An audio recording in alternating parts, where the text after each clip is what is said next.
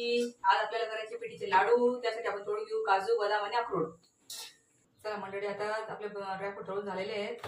आता आपण बनवलेलं गव्हाची पीठ तयार केलेली आहे मी 2.5 किलो. आता त्याला आपण तुपामध्ये खमंग असं भाजून घेऊ. किलो तूप आहे, त्यात आपण गरम करून घेऊ आणि आता हे ड्रायफ्रूट तळून घेऊ, मिक्सर लावून घेऊ.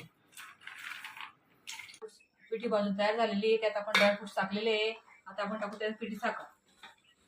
त्याच्यात टाकतोय गरम केलेलं तूप. पिठी साखर टाकली गेलेली आहे.